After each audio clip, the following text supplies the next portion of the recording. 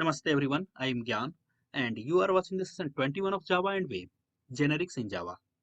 In this video, we will learn about the use of type argument while creating an object of type generic class, means the type argument at the right hand side. And we will use the diamond operator instead of the type argument at the right hand side. So let's start. For now, just ignore this whole code.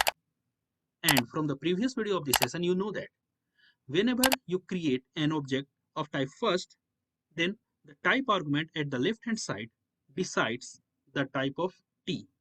That means the t means string because there is a string at the left hand side of the variable declaration of type first. So it becomes a reference variable of type string. But what is the use of this right hand side type argument? Let's learn it. Ignore the whole code. We will learn this code in a while. So here we have the variable declaration. The type argument at the left hand side of the variable declaration of type first says the compiler that do not let any data type other than the string to be passed in variable s using non-constructor method. That means this type argument says the compiler that using any method other than the constructor do not allow any data type other than the string to be stored into the variable of type t, that is the variable s. And this type argument means the type argument at the right hand side says the compiler that do not let to create any object with data type other than string used as parameterized constructor. That means this type argument says the compiler that do not use any constructor which accepts anything else than string data type. So here only allowed constructor of type first will be that constructor which accepts string as its argument, because here we are using the type argument at the right hand side. So I think now you know that why we use the type argument at the right hand side. But notice here, the type arguments at left and right, both sides are same. They both have to be same. They cannot be different. So if they both have to be same, then why to rewrite this type argument at the right hand side? Can we use something else instead of that? We will come to this point in a while. But first of all, let's see an experiment. Now we are again on the same code. Now at this time, let's look at this code in more details. So what we are doing here is we are creating a variable f1 of type first, and we are assigning a new object of type first in the reference variable f1. So by using the variable f1, the compiler will only allow a string to be passed as an argument of the method setS, because whatever we pass as an argument to the method setS, reference of that data type is going to be stored in the variable s of type string. So compiler will not allow to call the setS method with 10 as its argument. We already know it. Therefore, I have commented out this statement, and when we call the method getS by using the reference variable f1, since the current value of s is hello, that's why the method getS will return hello, will print hello. Now look at the second statement. The reference variable is same. The reference variable is of type first with string as its type argument. But we are changing the nature of object. Here we are creating a raw object of generic data type. Means the class first is a generic data type, but the object we are creating is raw. We are not defining any type argument at the right hand side. So the object we are creating is raw. When you create an object of this type, then the compiler does not check what the value you are passing as an argument to the constructor. So here the compiler is not checking that you are passing a string or an integer as an argument to the constructor, and the compiler will not generate error for passing 10 in the argument of constructor. So this statement will execute fine, but this is not a good way to create an object of generic class. The 10 will be stored into the variable s, and when you call the getS method, it will print the value of s, that is 10. But using the same reference variable f1, if you try to call the setS method by using an integer as its argument, then the compiler will throw an error because the reference variable f1 is still a reference variable of type first with string as its type argument. So by using the reference variable f1, we cannot call a method which try to assign anything other than string in the variable s. But since we are not using any type argument at the right hand side, so we can pass any data type as an argument to the constructor of the class first. Again, I have commented out this statement because this will generate an error. Therefore, after that, when you call f1.getS, it will print 10. Now look at here. Here f1 is a reference variable of class first with string as its type argument. Then after we are creating a new object of type first with string as its type argument. Since we are using the string type argument while object creation at the right hand side of the assignment operator, therefore we cannot pass anything else than the string by using the constructor of the class first. If you do that, then the compiler will throw an error.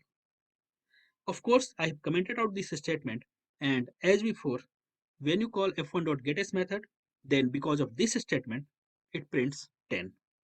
The object creation in this statement is called the raw type object. The raw type object of a generic class. The class is generic, but the object is of raw type. The raw type at RHS allow to create an object with any type using parameterized constructor, regardless of type argument at left hand side. Because the variable at the left hand side has the type argument string, but the object creation at the right hand side does not have any type argument. Therefore, we have seen two types of statements. First is this one with generic type while creating an object and with a raw type while creating an object. So in the first case, the variable f is of type first with string as its type argument.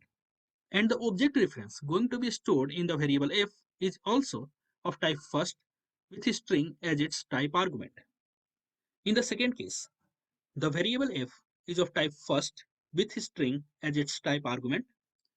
The object reference going to be stored in the variable f is of raw type because while creating the object, we are not using any type argument at the right hand side.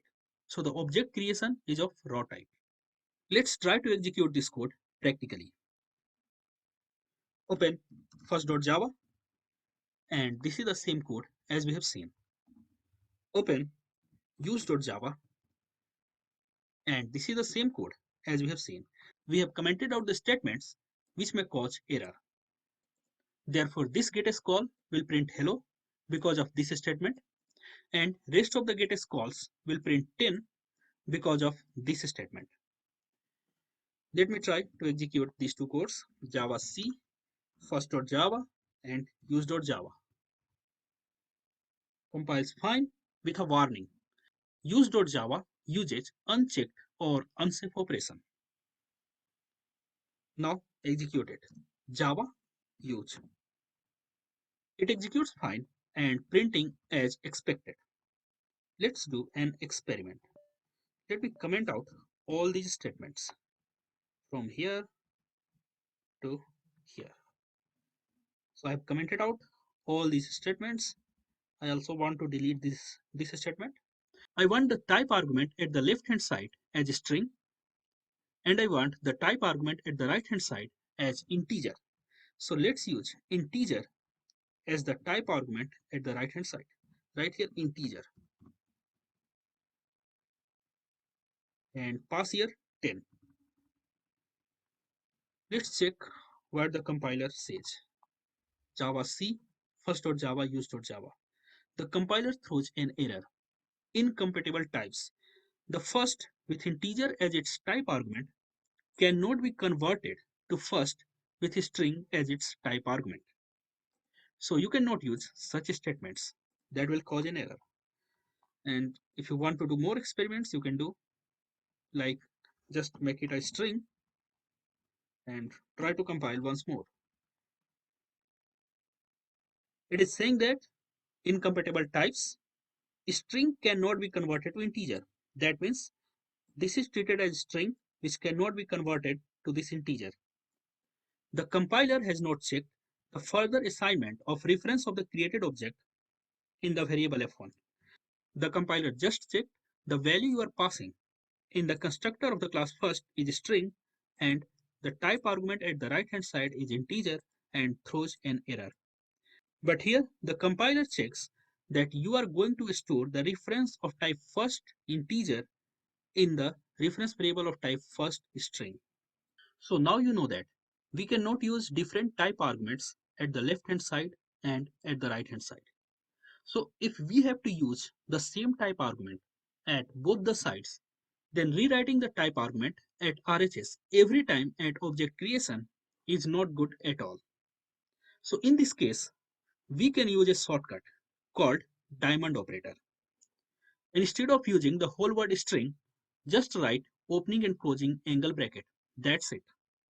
By writing just opening and closing angle bracket, you will create an object of generic type, not of the raw type. And the type argument at the right hand side will be same as the type argument at the left hand side. The f is taken from this slide. This f is taken here. If diamond operator is at right hand side, then compiler automatically checks if the value passed in the parameterized constructor matches with the data type in the type argument at the left hand side or not. That means after declaring a variable f like first string f, if we assign an object with the diamond operator and we pass a string as an argument to the constructor of the class first, then this object creation is okay. Because if you do not provide any data type at the right hand side between opening and closing angle bracket, then the type argument at the left hand side will be used as the type argument at the right hand side. So here you can assume the string as the type argument. Even we are not writing the word string, but you can assume the string as the type argument. Similarly here you can assume the string as the type argument because while declaring the variable f, we have assigned the string as the type argument at the left hand side. So by writing the diamond operator, you are actually using the same type argument of the left hand side at the right hand side. Therefore, using here an integer is an error.